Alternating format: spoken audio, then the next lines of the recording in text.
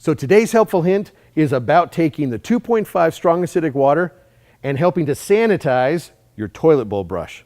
Something that most people don't even think about, but you know what? I think we all probably need to do it. So we sent some of the machines over to an EPA testing laboratory where our 2.5 pH strong acidic water was tested to see how it was effective in killing bacteria. We tested against Staph, Salmonella, E-coli, and superbug CKRP and MRSA to see how effective the 2.5 water was in killing those bacteria.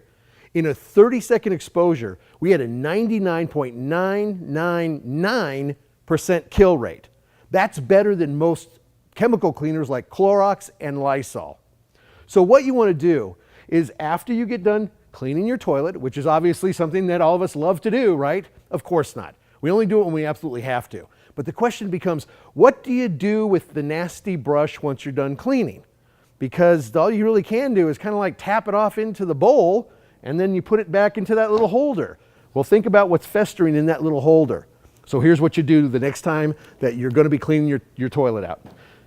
Do what you need to do and then put it into the holder and simply take some of the 2.5 water and fill it up, covering the entire brush, going all the way to the top of the holder. And whoop.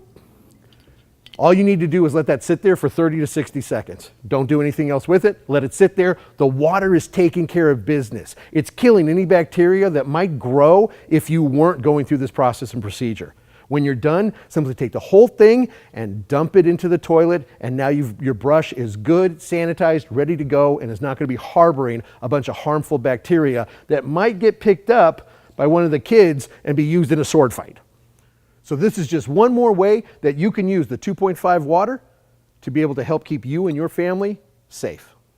This brings us to the end of our episode. I hope you enjoyed our topic and that you found the information useful. Be sure to check out our video library for other helpful hints as you discover the incredible ways that changing your water can change your life.